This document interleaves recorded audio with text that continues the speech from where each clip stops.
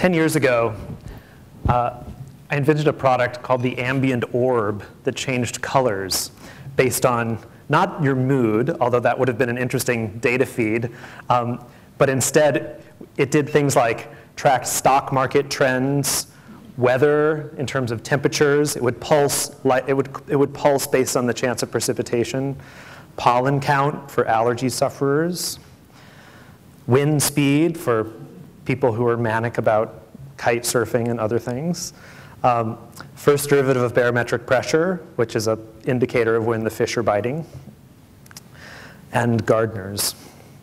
And what we learned by having this device that was sitting in people's homes was that a device that you look at multiple times a day isn't just a polite way of getting information, but it's a persuasive tool. And I found that I didn't want to induce more OCD behavior on the part of day traders, or even my wife, who was calling our broker regularly when she had an orb that was tracking the market. So I decided to use the power of glanceable information and of sort of information dashboards to try to encourage more positive behaviors.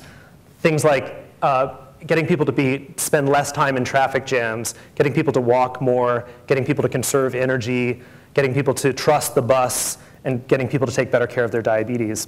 And I just, as background to the recent work with medication adherence, I just want to show you some of those products and have you maybe generalize what are some of the design principles and opportunities as the cost of connectivity and the cost of computation now plummet with Moore's law so that it's free, essentially, to put a computer in anything you can think about.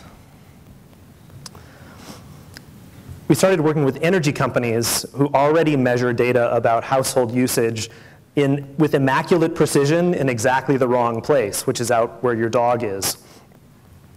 And energy companies have this big problem where if they could expose energy pricing to people and energy consumption to people, people might change their behavior and do what Arnold Schwarzenegger in California is called smart shift and save. That wasn't a very good impression, but but he was trying to get people to curb the load on the grid to avoid brownouts and laying new power lines by using energy differently, by getting people to change their behavior. But what were you going to do? You couldn't send people an email every time the energy price changed, and they wouldn't go to a website every time before they started the dishwasher. So they really needed a way to present this information in someone's peripheral vision so they would just see it throughout the day. So the orb is being used now in hundreds of homes, thousands of companies that in order to try to encourage this change in behavior to be more to conserve more. And one of the products which you'll see the genesis of, this is sort of the genesis of let's make something that just plugs into the wall, was we did this product called the Energy Jewel. And the jewel would change colors based on the worst of the cost of energy or your usage in the home. And it would also give you another reason to look at it every day, which is what it would show you what the weather's going to be today.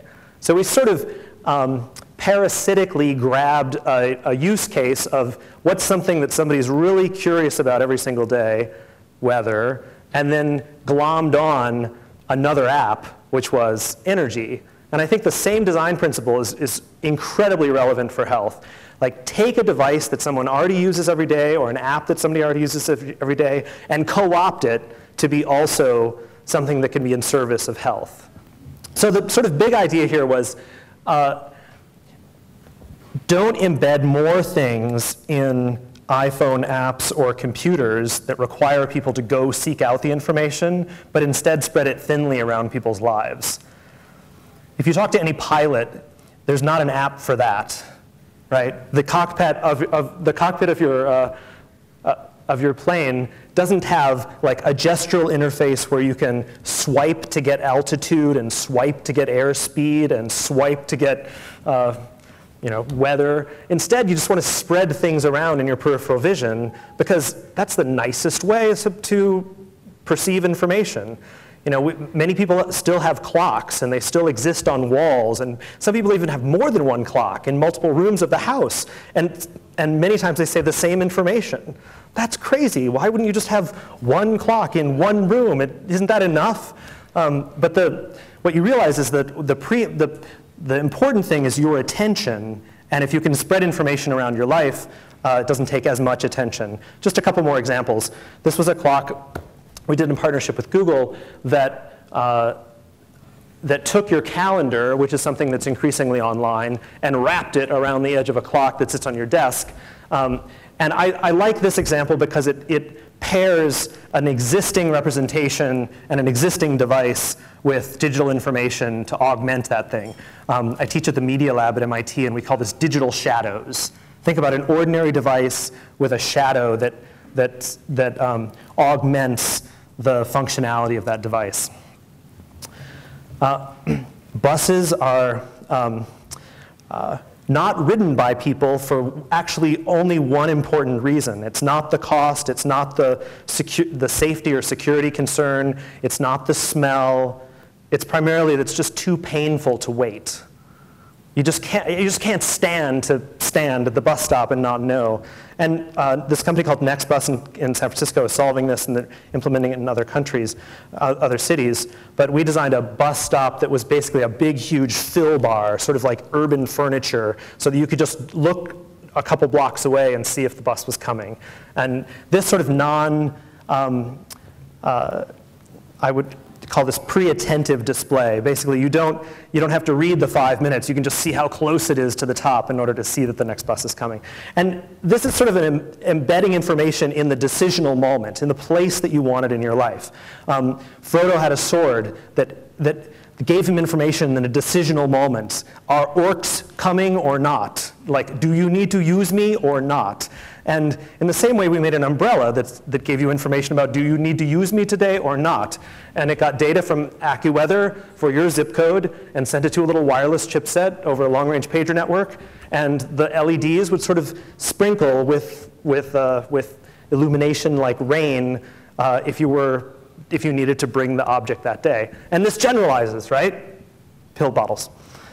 The last thing I just want to show you is, this is a Post-it note that we did with e-ink for a weather display, for a 5-day weather display. It was sold at Brookstone, and many people, it was very popular. But one of the things, a potential acquirer of ambient that year commissioned a study by Parks Associates just to ask hundreds of people. I guess they did, 604 people, just how often did they look at this device? How often do you, where is it in the home? It was little magnetic things, so you could put it on a fridge. Whirlpool told us people touch their fridges 69 times a day on average. And people self-report, and I bet the number's higher, but people self-report, for the most part, glancing at the thing more than 1 or 2 times a day, which is really powerful. If you're trying to affect behavior change, you can't make an app for that no one looks at. You're getting the picture. We did do an LG refrigerator with weather. So I'm intrigued by this idea of embedding information into the fabric of materials around us, with projection on walls, into glass, into tiles, into mirrors. This was a mirror that had a Bluetooth connection to a pedometer, a scale, a blood pressure cuff, and the weather, and it would display it. We presented it at TEDMed years ago. And so, into packaging. These are 2 examples of changing behavior, changing daily behavior with packaging. This is not wireless, but it's persuasive, right? This is, your toothbrush shows, besides just looking gnarled with the bristles as you overuse your toothbrush, it gives you a clear indication of when you should replace that. So this is sort of the goal when we're thinking about how to change packaging for medication. Now we know 3.5 billion scripts are written in the US every year. That's a lot more than there are cell phones. And we know that the average adherence, if you plot average adherence versus population size, you can see, and total revenue for the category, you can see that they're very large. There's a lot of money being left on the table by large pharmaceutical companies for non-consumption of medication. And then there's also the other value proposition, which is if people take their meds, they cost less because they don't go to the ER and they don't go to their doctor as much. And for a diabetic, other people have reported, this is other people's data, a savings of about $4,000 a year. That means that if we could design an intervention for $400 a year, that's a huge ROI, right? For changing people's behavior for the diabetics of this country. So when we attacked this problem, we first started working with Novartis on a product that was for Europe for blister-packed medication. And it was a magic box that glowed, that had a GSM chip inside, and it would know when you opened the box, and it had a microgram scale inside, which are very cheap now because of the drug industry. A lot of people want to measure things very carefully. So, and we learned that just for one Novartis med alone, they had a net present value for that investment just for people taking more of this one drug, 10% more of about $500 million, just for this one drug, which was a huge amount of money just for one drug and just for this investment. So we went to people's homes and we said, how do you store your medications now, and how can we help you, and how can we provide something that's useful? And people showed us day of the week pill boxes, and they showed us shoe boxes with loose pills all scattered around, and we thought, day of the week pill box, this would be a really interesting thing to embed a little wireless in. That would really help people. We could make like the Monday through Friday one, and the one that has AM and noon and PM and eve for somebody who's on a lot of meds. And then we went to CVS and Walgreens and said, would you fill this if we designed this beautiful instrumented day of the week pill box? And they said, no, that's illegal. You separate the drugs from the meds from the instructions. It's not light and tight. Doesn't pass regulatory, possible interactions between the drugs. No, you can't do that. Even that would be best for people. So we had to design something that works within the workflow of the way that pharmacies work today. So let me share with you what the data is. At a high level, the product has been out about a year. This is the 4th generation product that I brought today. This one connects wirelessly to a nightlight, which is over there. The nightlight has a cell phone inside, so the installation is you plug it in. You plug in the nightlight. So you don't need any other technology in the house. But we're able to see, we've had this being used by, we commissioned a clinically controlled trial with Harvard about a year ago, and the data that's coming out of that is 71% for the control group and about 98% for the adherence for the intervention group, which is crazy. It's unbelievably good, and I'm sort of sorry that it's so good, because I think it would be more believable if it was a 10-point delta, a 10% delta, not a 30% delta. So we have to, is it self-selection bias? Our principal investigator says, of course there's self-selection bias. That's why your control group is 71%.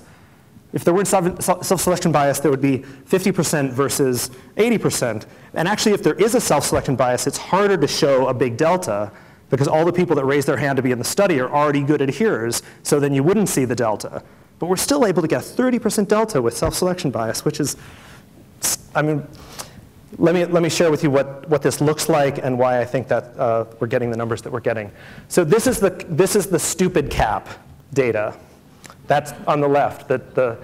What we did was we gave the control group caps that just send data to the web, and this is what the data looks like. So these are days. We have about 9 months worth of data. This is people. This is just a snapshot. So you can see that some people, green is they took the med. They take the med every day. This person dropped off the study. This person was enrolled late.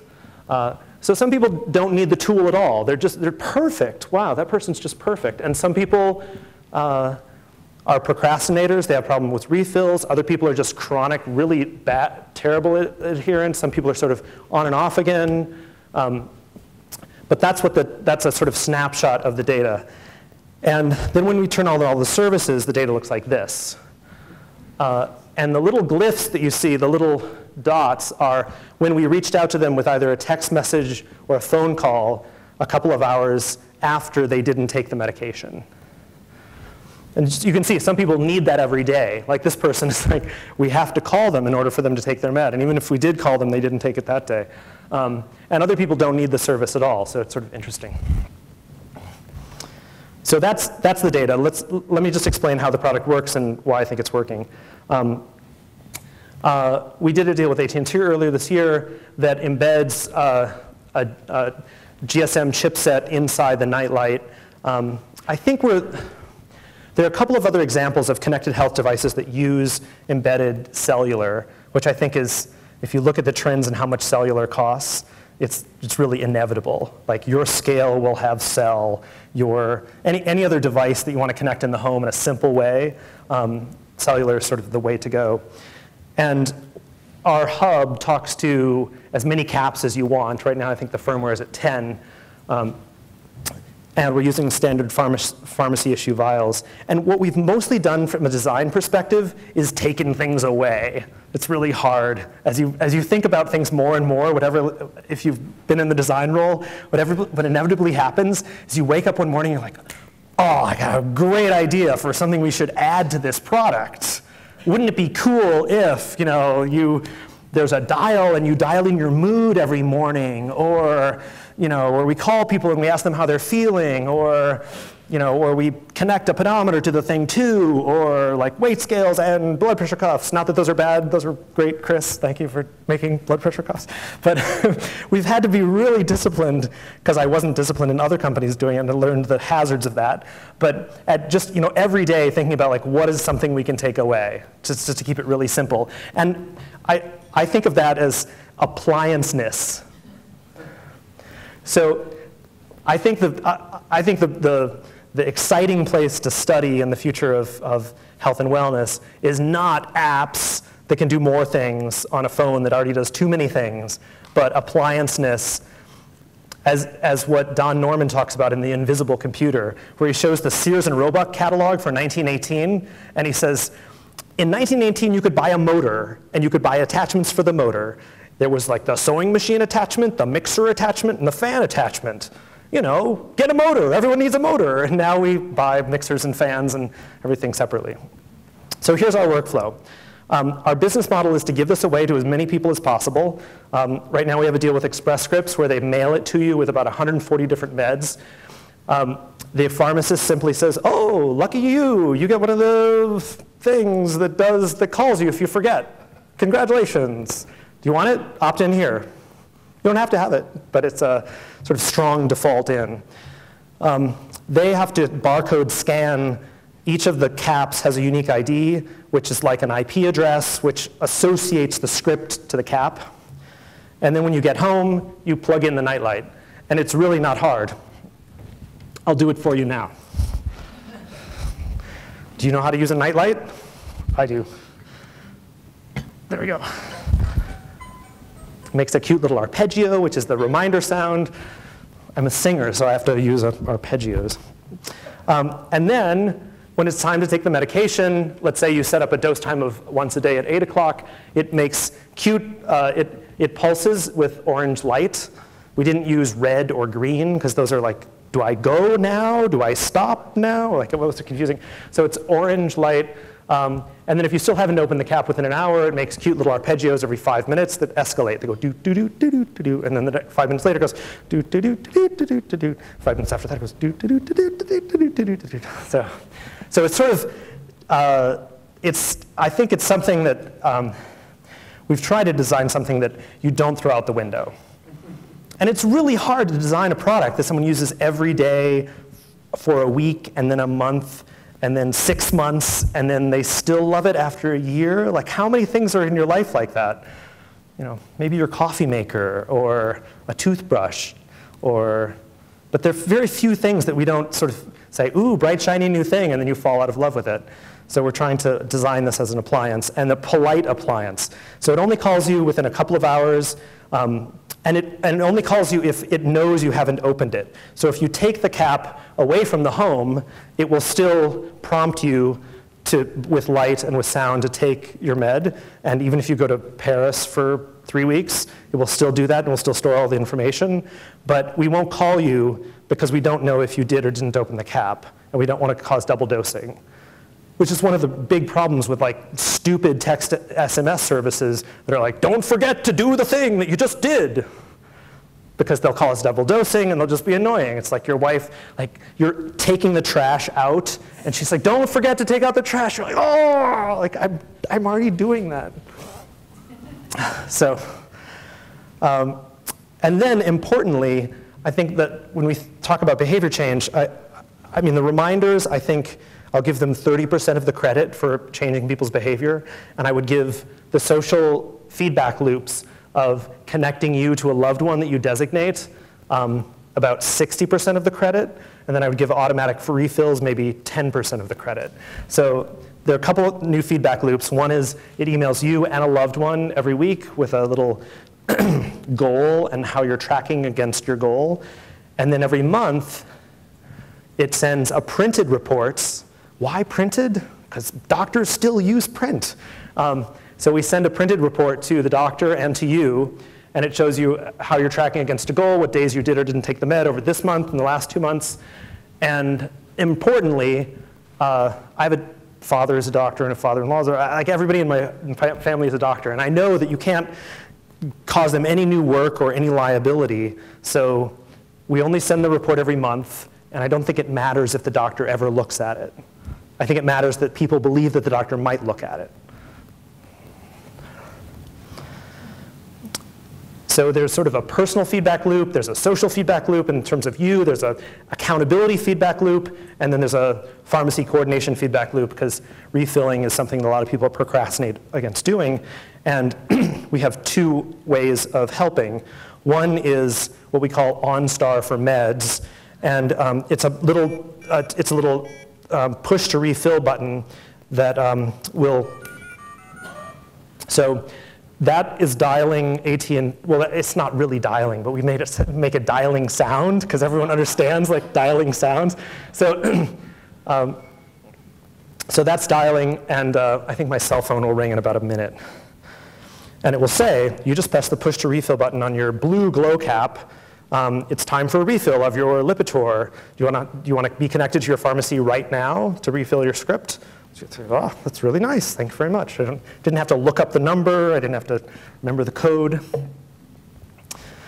So that's sort of a convenience. So there's my GlowCap calling. Let's see if...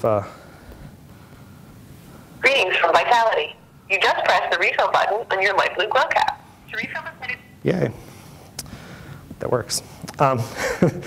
So another thing that we've done, which is interesting in respect to the last speaker that talked about the pedometer on your wrist and using financial rewards, is we have looked at, and I believe financial rewards are useful for certain people, but in the Harvard data, we gave one group a financial loss aversion program that we did with, we talked to Dan Ariely. He's actually using the product down at Duke.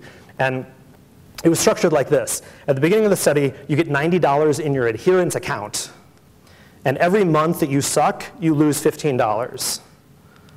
So if you're good, month over month, if you keep with the program, you don't lose the money, and you get to leave at the end of the year taking away the money. And apparently that's more motivational than just giving you $15 for behaving well or behaving in your own best interest. So we're trying to tick off all of the published reasons why people are not taking their meds and incorporate them into a set of services that all exist behind an incredibly simple internet-connected object. This category I'm calling enchanted objects, because they're sort of magical, and it's a little bit of enchantment. And I think there's certain design principles that we've learned about enchanted objects of using things that are familiar, making data unavoidable, which is very different than accessible, being polite, moving all of the configuration online.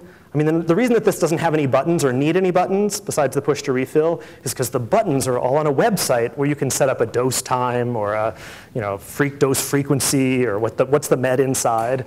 And I don't know if this will show this, but I think there's an opportunity to make interactions with consumer electronics a lot more delightful. I mean, this has a little This has a little Marco Polo sound. I don't know if you heard that, but where you close this and it does a 5-note scale up, and then that completes the 5-note scale. And it wouldn't have to do that. I mean, wireless doesn't make a noise, but it's nice to communicate like, oh, this is talking to that, and that's how that works. So I think those you can make these more engaging, inviting use. Like, it's so interesting. My blood pressure my scale never asks me to step on it. Like, why not? It just sits. It knows I'm in the room. It could have a proximity sensor or a light sensor. Like, why doesn't it say, like, something to get me to come over and just, or my blood pressure cuff? It just lays there inertly. Like, it doesn't. It's not like your dog who really is interested in engaging. And finally, I think there's this principle around cuteness that I'll show some examples of. So here's my idea for a scale that's soft, that shows data trends on the device, that belongs, that you don't trip over, that belongs. We're working on some connected syringes that have the same visual language. This is one of my favorite ideas that we're working on. Actually, my students are working on at MIT, which is to take an ordinary object like a salt shaker, embed a microprojector and a camera and internet connectivity inside, and solve this problem, which is one of the hardest things to sense, is what people eat. Even the best designed apps like Lose It don't get use for months and months at a time. So why not just outsource it to Mechanical Turk so that cameras observe what you're eating, because your salt is sitting on the middle of the table, and then they can reproject data about the food and where it comes from and how long it took to get there and caloric intake, because somebody else, someplace else, is doing the math. This is a spirometer that's not medicalized, that makes beautiful spirograph, sort of kazoo type patterns and sounds on the wall. Toilets are an opportunity, as they've explored in Japan, for titration or pregnancy or Coumadin titration. We, like everyone, is working on activity sensing. We're going to make ours really cute and something that really exaggerates. People take better care of their dogs than they do themselves. So why not, especially if you have a susceptibility around nurturing. Not all of us do, but a lot of us love nurturing things. So why not make something where it's not about your steps, your count, but your activity is driving something that's online, that's shared, that's social, like a Tamagotchi, that dies after a couple of days of your inactivity. That's my idea, anyway. So in conclusion, we're excited about partnering with pharma companies, partnering with large self-insured employers, and managed care organizations to try to get people to take medications much more regularly through using lots of new feedback loops and super simple wireless devices. Thanks.